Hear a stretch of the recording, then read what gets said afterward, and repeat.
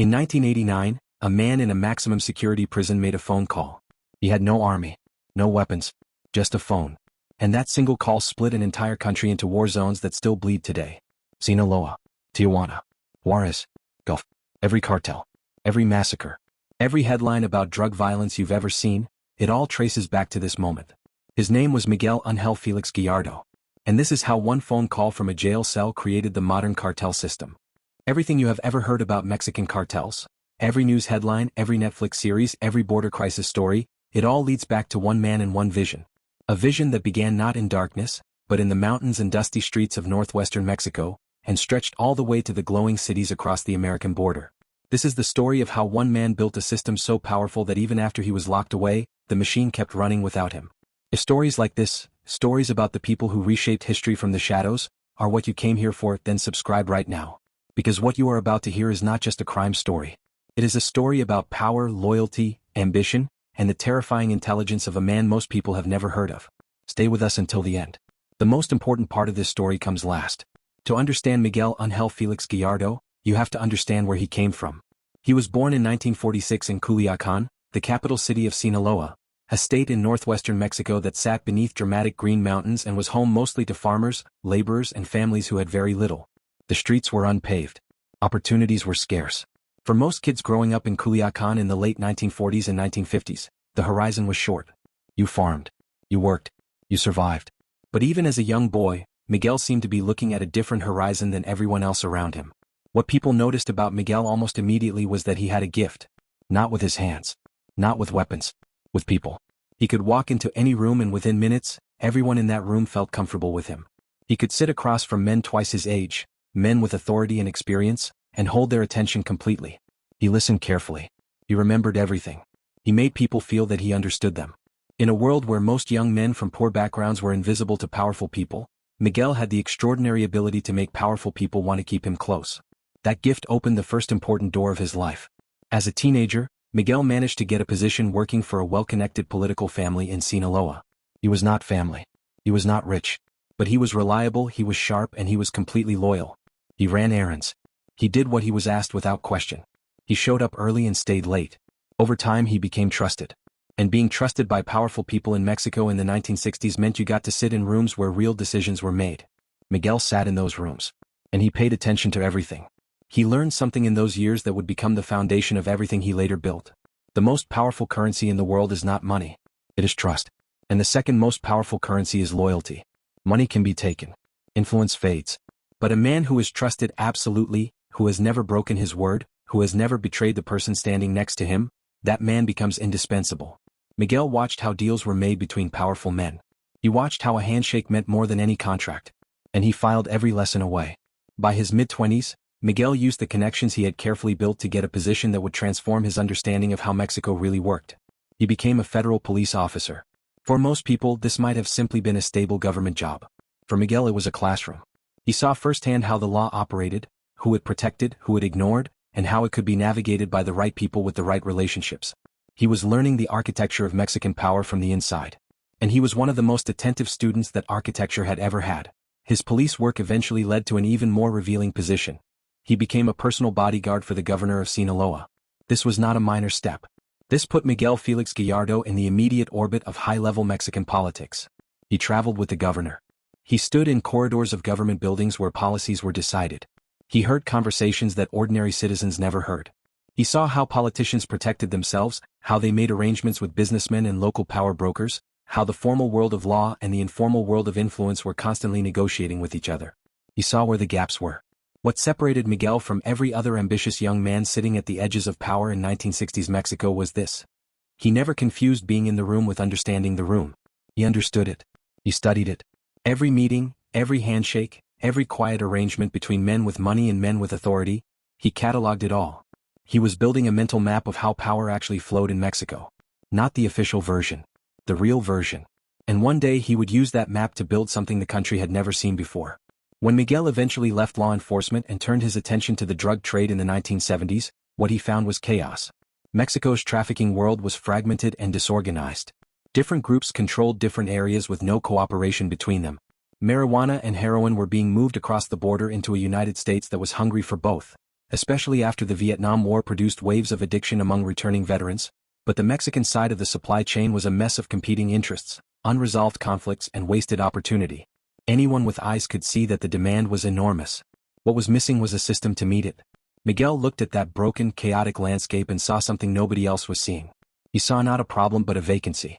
A massive, extraordinarily profitable vacancy that was simply waiting for someone with the intelligence to organize it, the relationships to manage it, and the patience to build it properly. Standing in Sinaloa, looking out over the land he had grown up in, he understood something with total clarity. The person who built that system would become the most powerful figure in Mexico.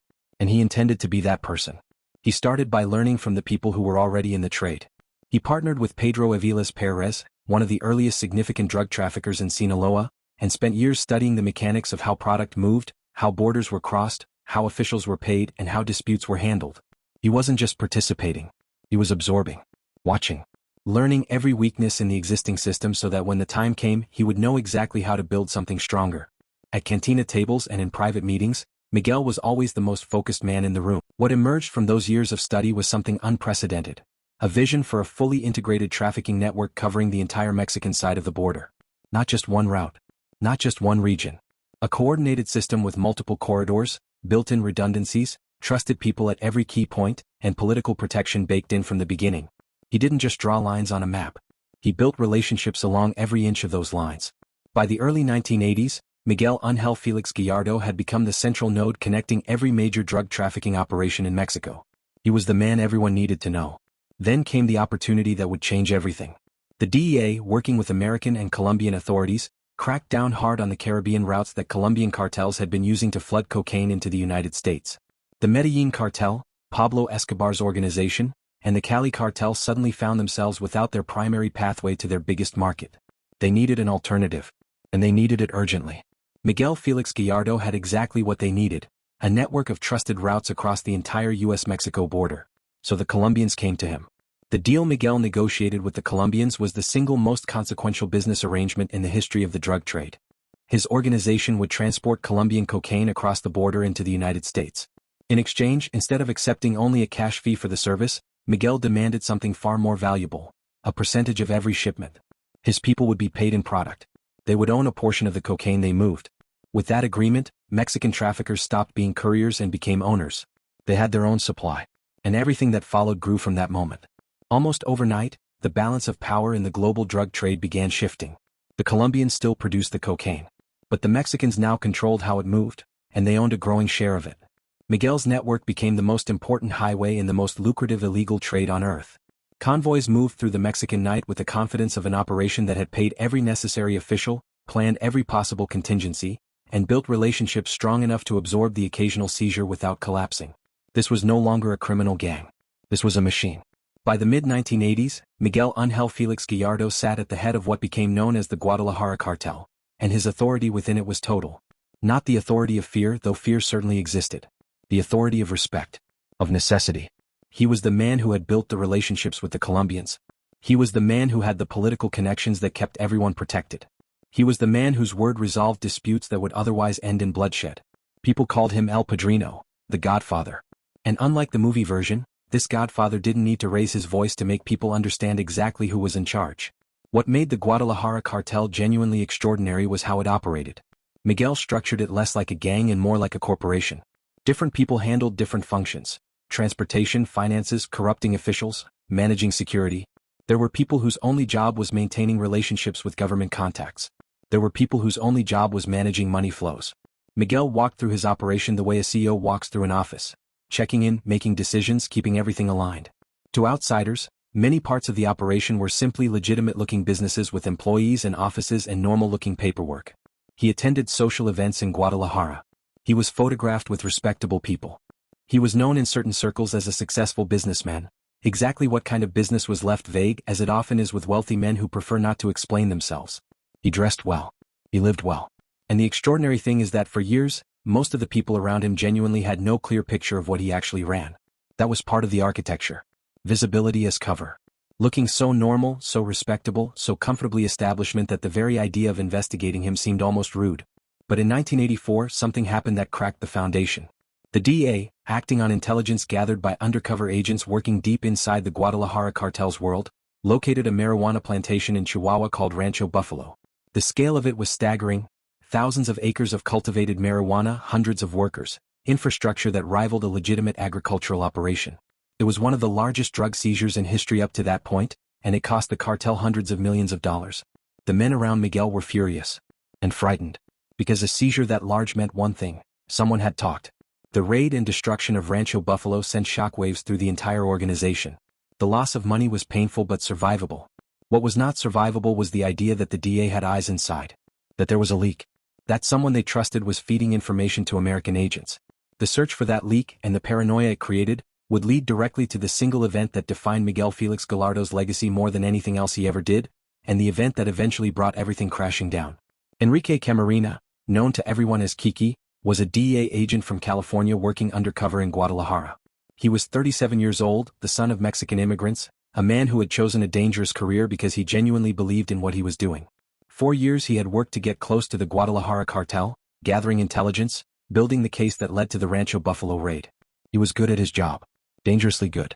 And by early 1985 the cartel knew his name. On February 7, 1985, Kiki Camarena was grabbed off a street in Guadalajara in broad daylight. He had just left the U.S. consulate. Men stepped out, forced him into a vehicle, and he was gone. The audacity of it was almost incomprehensible. A DEA agent, a U.S. federal officer, kidnapped in open daylight on a public street in a major Mexican city. It was a message.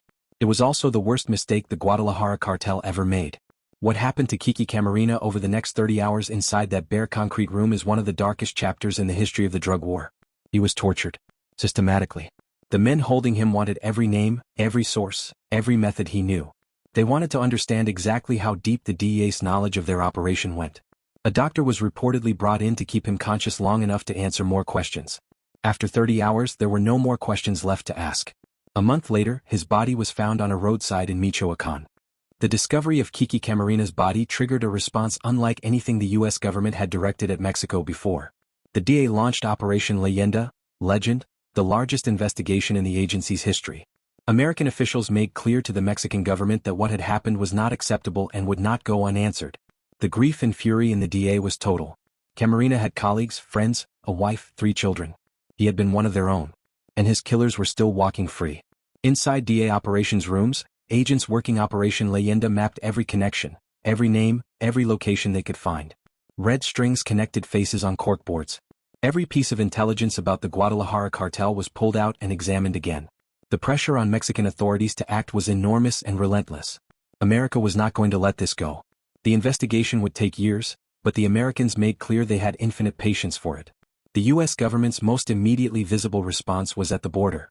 U.S. Customs officials began inspecting every single vehicle crossing from Mexico, not randomly, not selectively.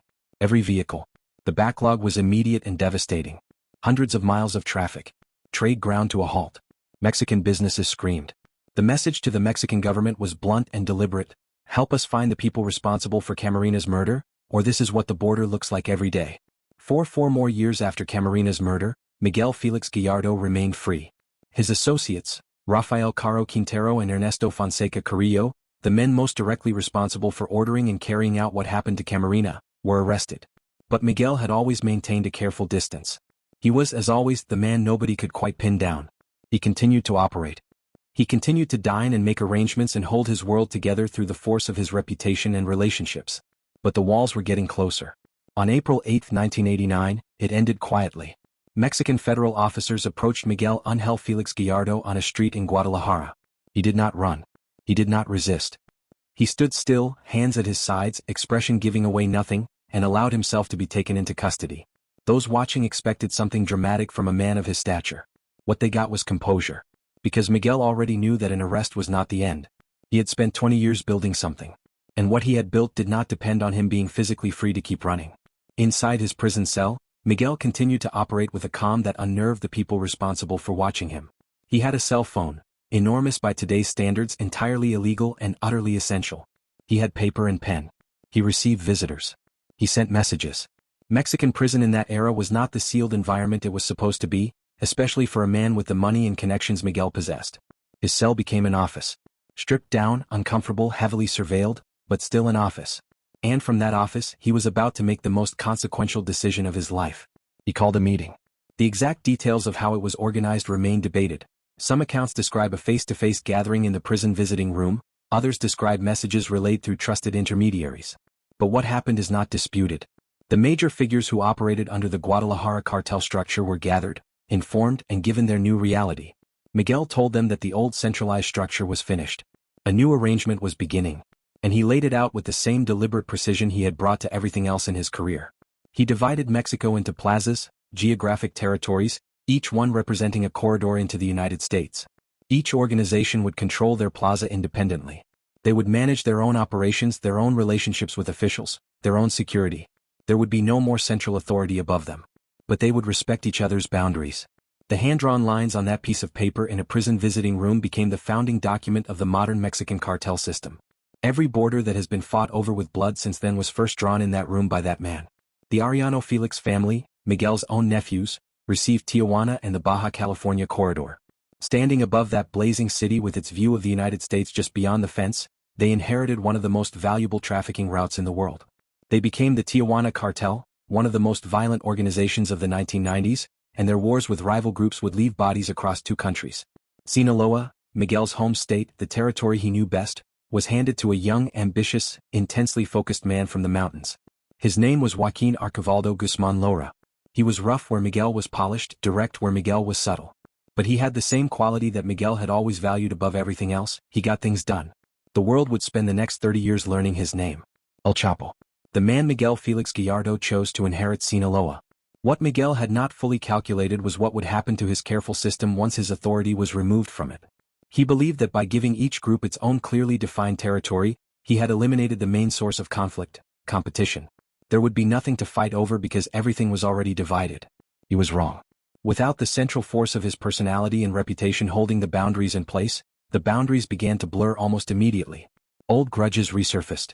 Ambitions expanded. The cartels began to fight. The violence that followed over the next 3 decades was catastrophic in scale. Cartel wars consumed entire cities. Journalists were killed. Politicians were assassinated. Tens of thousands of ordinary Mexican civilians died in crossfire, in massacres, in targeted killings designed to send messages that could not be ignored. Towns were emptied. Families were destroyed. The machine Miguel had built kept running, the drugs kept moving, the money kept flowing, but the human cost of the wars his structure produced was beyond any accounting. Miguel Ángel Félix Gallardo was eventually transferred to a maximum security facility where the privileges of his earlier imprisonment disappeared. No phone. Severely restricted visitors. A small white cell with a thin mattress and a high window. He spent years filing legal challenges, writing letters, giving occasional interviews through intermediaries in which he maintained, not without some truth, that he had operated within a system of corruption that extended far beyond him.